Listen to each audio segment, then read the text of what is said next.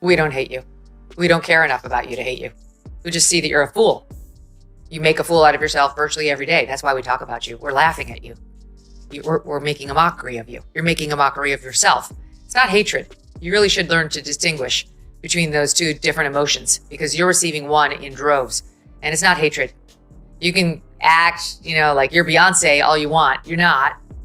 And just like her, you can play the victim when you're not. But you're going to have your hands full with people laughing at you because you behave so foolishly. When Megyn Kelly attacks a politician, she never employs tact. Her criticism is more than just a remark. It's a flamethrower aimed at their whole image. Jasmine Crockett, who was once heralded as the Democratic Party's next big thing, was suddenly stripped of her brightness and placed in a harsh spotlight. Rather than merely questioning Crockett's persona, Kelly completely destroyed it. After what seemed to be a political ascent, Crockett might never fully recover from the full-blown crash landing. I've had about enough of her. She wants to be like a member of the squad. She thinks of herself like an AOC. She talks like, she's from the hood. Meanwhile, she grew up in a nice family. She didn't talk like this 3 years ago. 3 years ago, she sounded like you and I sound in this conversation. Like, I'm really excited to be going to Congress. I can't wait to get started on my new job. And now she's like, we need us. Kelly draws attention to Crockett's enduring flaw, the confusion of power with loudness. The louder Crockett yells, the more certain she is that she is winning.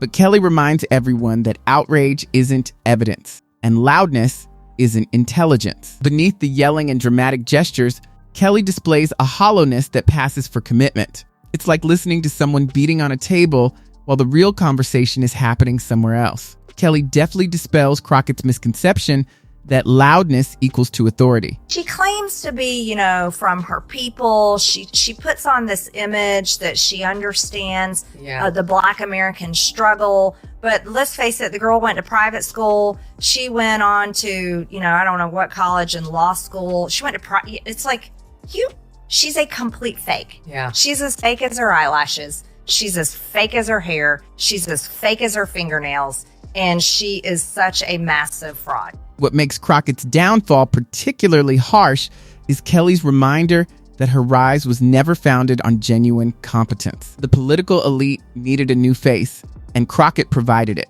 Rather than because of her achievements, she was promoted because she ticked the right boxes. Kelly lifts that barrier, exposing a person who is more motivated by words than by achievements, a vociferous supporter rather than a real leader. In the administration. Please calm Don't down. tell me to calm down, Calm down. because y'all talk calm noise down. and then You're out of control. He said, Jasmine, what you have to realize is that if you are really going to make change, it's not going to be in the Texas House. He said, you did a great job playing defense, but you have a chance to play offense. Someone on this committee then starts talking about somebody's bleach blonde, bad built butch body. Meanwhile, you pointed out, like, her high school looks like a cat. If you're enjoying this breakdown, don't forget to hit the subscribe button, because Kelly's insight just gets better from here. Rather than just accusing, she connects. Kelly put Crockett in a long tradition of politicians who mistake exposure for service and performance for policy. Because of those polished comments, eye rolls for the camera, and viral smirks, Kelly feels that Crockett's act belongs on TikTok rather than in Congress. She presents Crockett more as an influencer who just so happened to visit the city than as a lawmaker shaping Washington's destiny. As we were having a committee hearing on oversight, and it was really late at night, and I was really irritated because I'm always like, why can't we work normal work hours like regular people, 8 to 5? I don't know what's wrong with Congress that we're always doing crazy things at 9, 10, 11, 2 a.m. under Nancy Pelosi. So we're on the oversight committee, and she is running off her mouth, and I shot at her about her massively huge fake eyelashes. Yeah, this made news. Yeah, and I was like, well, I said something along the lines of like, well, you can't read it because of your fake eye. Kelly finds it extremely painful to consider Crockett's alleged accomplishments. Beneath the headlines and angry moments is a paper-thin record. She attracts attention through scandal, even if she has little to offer her supporters in the way of real legislative progress. With relentless self-promotion on the one hand and worthless outcomes on the other, Kelly takes aim at that discrepancy. The lesson is sobering. Endurance, not leadership, is Crockett's greatest strength. You're going to have your hands full with people laughing at you because you behave so foolishly. And the fact that you're a diva bitch behind the scenes, so much worse. You're not even beloved by your staff. Like, you alienate everyone. The people who know you best don't like you. The people who are just glancing at what you're putting out there publicly don't like you. So who likes you? Kelly then takes aim at Crockett's favorite defense, identity politics. Every time someone questions her, Crockett portrays the criticism as an attack on her identity rather than her points of contention. Kelly deftly breaks through it, showing that labeling weak arguments doesn't make them stronger. Instead of seeing a bold champion, the audience sees a politician utilizing complaints as a weapon. Even worse, Crockett exhibits impulsivity rather than confidence due to her lack of self-control and tendency to turn discussions into shouting bouts. These outbursts may attract attention on the internet, but they swiftly erode public confidence in Washington. Kelly makes it clear that Crockett reacts, not makes plans. The Human Rights Campaign. These are the people who run around harassing every business to make sure that they're being pro-LGBTQ and pro-DEI and not doing anything that a Human Rights Campaign finds offensive in any way, shape, or form, unless if you are in a wheelchair and are the governor of Texas, in which case it is fine for Jasmine Crockett to do this to you. Watch. Because we in these hot-ass Texas streets, honey. Y'all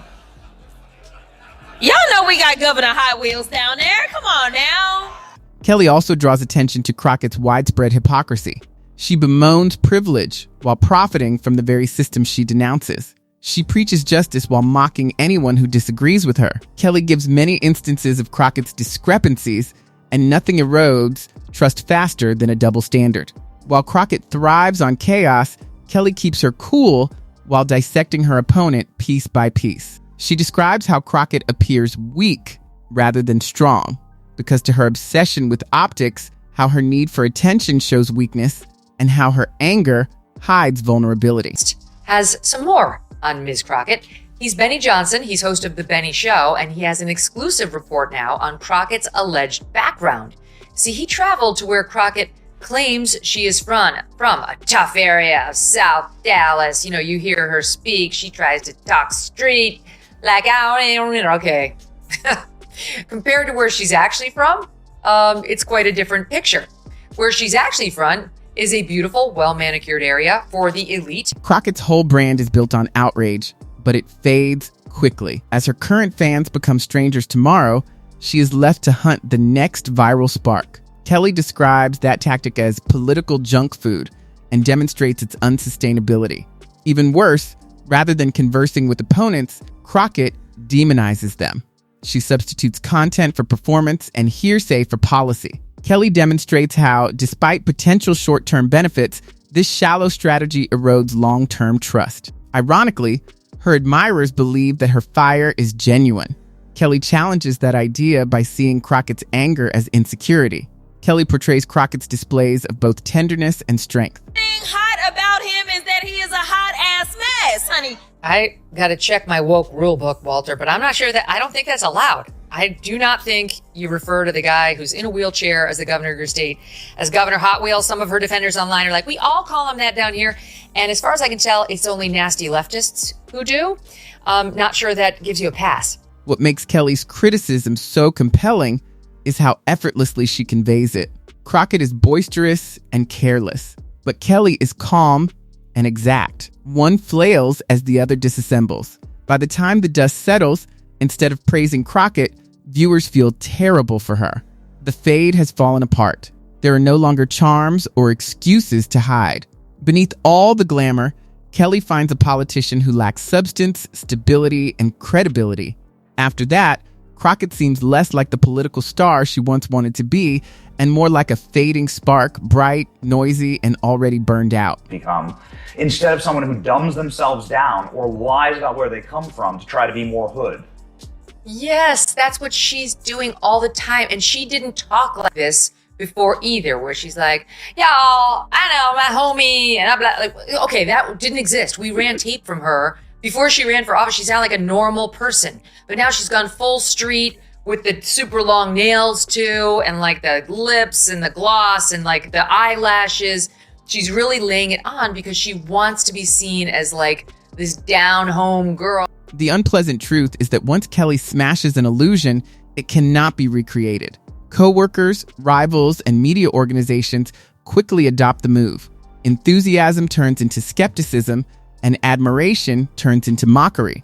Kelly not only ridiculed Crockett, but also voiced what many had long believed, but were hesitant to say. Since the mask has dropped, there's no way to put it back on.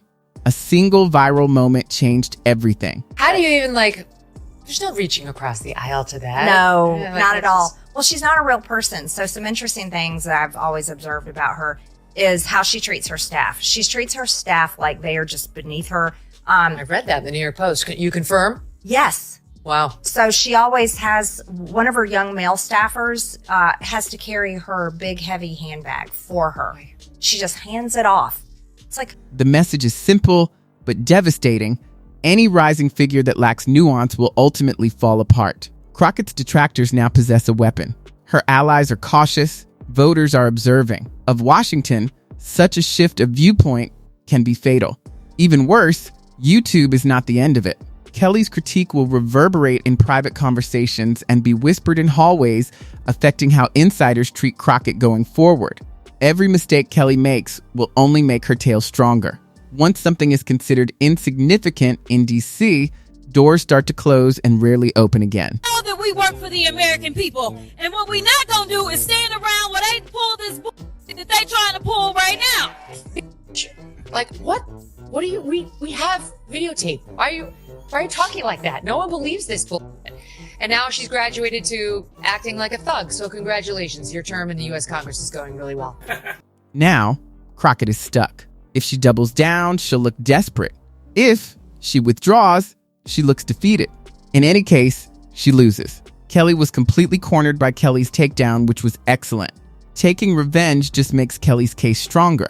This was not a roast, but a metamorphosis. Instead of becoming the new voice she wanted to be, Crockett is now a cautionary tale. A politician destroyed by immaturity, consumed by her own hype, and exposed by someone who knows how to reveal deceit. Ironically, she got the attention she'd always wanted, but not the type she was thinking about. In politics, momentum is vital, and when it turns against you, the consequences are dire. Rumors in Washington have shifted from Crockett's rise to her demise because to Kelly, the power of a great takedown lies in its ability to alter not just the moment, but also the story.